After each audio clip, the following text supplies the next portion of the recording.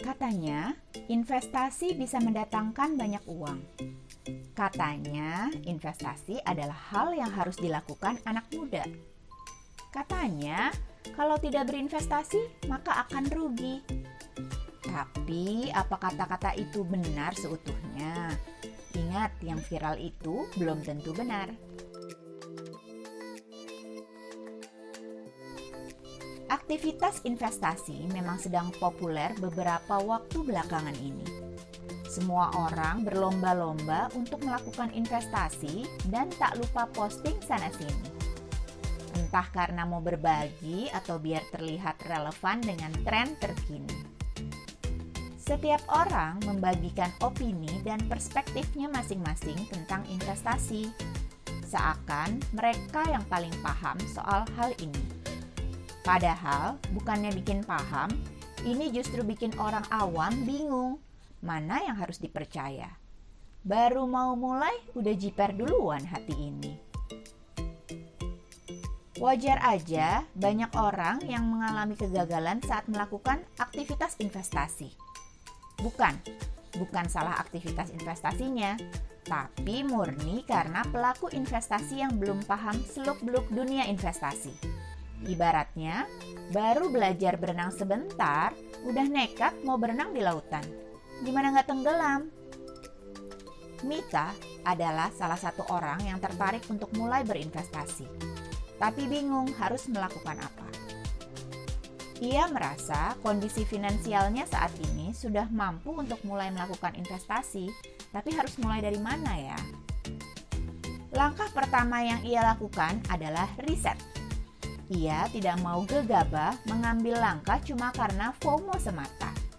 Fear of missing out, alias takut merasa ketinggalan karena ia tidak melakukan apa yang orang lain lakukan. Padahal yang dilakukan orang lain belum tentu benar juga kan? Sekali lagi, ingat bahwa viral belum tentu benar. Lagian, apa yang mau dikejar? Tren atau tujuan finansial? Banyaknya orang yang posting sana-sini soal aktivitas investasinya di media sosial bisa bikin siapapun merasa ketinggalan. Alhasil, karena merasa perlu mengejar ketertinggalan, banyak keputusan diambil tanpa proses belajar yang cukup. Mita sudah melakukan riset sederhana soal investasi. Ia paham bahwa investasi ini tidaklah menjanjikan imbal balik tanpa risiko. Tetapi, ada risiko ketika berinvestasi yang bisa diminimalisir melalui pengambilan keputusan yang tepat. Mana ada sih yang bebas risiko di zaman sekarang ini? Setelah memahami beberapa dasar investasi, kita mulai menghitung dana yang bisa dialokasikan untuk investasi.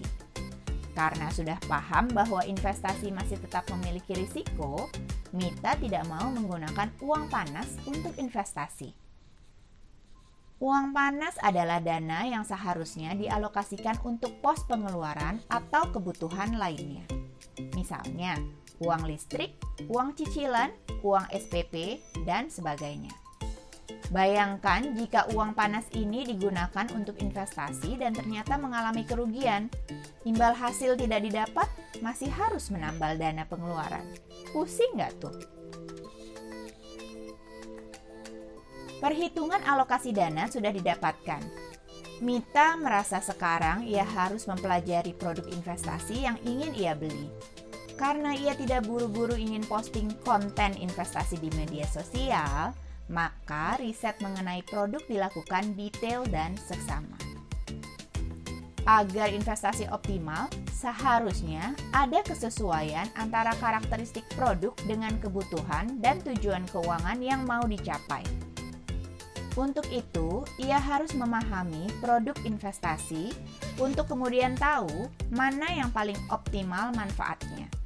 Jangan sampai seperti beli kucing dalam karung. Setelah melakukan riset produk investasi, Mita memilih beberapa produk investasi untuk memenuhi tujuan finansialnya. Mita paham bahwa risiko akan selalu ada di aktivitas investasi ini. Sepertinya sangat berbahaya jika ia menaruh uangnya hanya pada satu produk investasi. Bagaimana jika produk itu tiba-tiba performansnya jatuh? Produk investasi ia pilih berdasarkan profil risiko dan tujuan finansial yang ingin dicapai. Tujuan keuangan dibedakan menurut jangka waktunya, yaitu pendek, menengah, dan panjang. Masing-masing dapat dialokasikan pada produk investasi yang sesuai karakteristiknya. Berkat proses risetnya, Mita paham konsep high risk, high return, low risk, low return. Produk yang menjanjikan return tinggi memiliki risiko yang tinggi pula. Sebaliknya, produk dengan return cukup rendah, risikonya juga cenderung lebih rendah. Kalau maunya low risk tapi high return gimana? Sama, Kyumin juga mau. Berbekal pengalaman ini, Mita mulai menaruh uangnya pada produk-produk investasi yang dipilih berdasarkan tujuannya. Opini yang bertebaran di media sosial tentang investasi tak lagi membuatnya pusing. Ia tidak terpengaruh begitu saja pada cuitan orang tentang salah satu produk. Yang pada komentar sih enak, kalau rugi nggak ikutan pusing kan? Proses riset dan belajar terus dilakukan Mita untuk memastikan keputusan investasinya memiliki dasar yang jelas, bukan sekedar berdasarkan katanya. Perjalanan investasi Mita berjalan dengan selayaknya. Terkadang performance-nya turun, di lain waktu tiba-tiba performance-nya menjulang begitu tinggi. Mita merasa ini adalah hal yang wajar karena memang berinvestasi mengandung risiko di dalamnya. Hatinya tak lantas ciut dan ngomel di media sosial ketika portofolionya mulai berwarna merah, tapi tak lantas merasa jumawa dan pamer di saat portofolionya dipenuhi warna hijau. Dia yang membuat keputusan, dia juga yang harus menerima konsekuensinya. Secara berkala, Mita melakukan review atas aktivitas investasinya. Produk mana yang perlu disesuaikan, kapan saatnya menambah jumlah dana yang diinvestasikan, bisa diketahui karena ia melakukan review secara rutin. Perlahan tapi pasti, proses yang dilakukan Mita selama ini mulai bisa dirasakan hasilnya.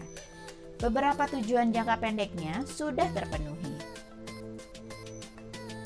Meski perjalanannya masih cukup panjang, Mita merasa puas dengan apa yang ia lakukan.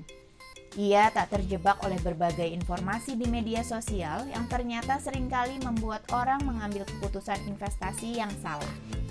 Tak jarang, ia melihat di media sosial beberapa orang mengeluh investasinya anjlok karena terburu-buru mengikuti saran yang didapat dari media sosial. Walaupun kadang dia berpikir, siapa suruh ikut kata orang? Investasi tidaklah menjanjikan keuntungan tanpa risiko. Prosesnya pun tidak singkat. Banyak hal yang perlu dipersiapkan dan dipelajari terus-menerus jika ingin merasakan manfaat dari investasi. Jadi, sebaiknya pastikan bekal yang dibutuhkan juga sudah cukup jika ingin memulai berinvestasi. Jangan sampai asumsi dan informasi dari sumber yang tidak jelas membuat keputusan finansial diambil tanpa pertimbangan.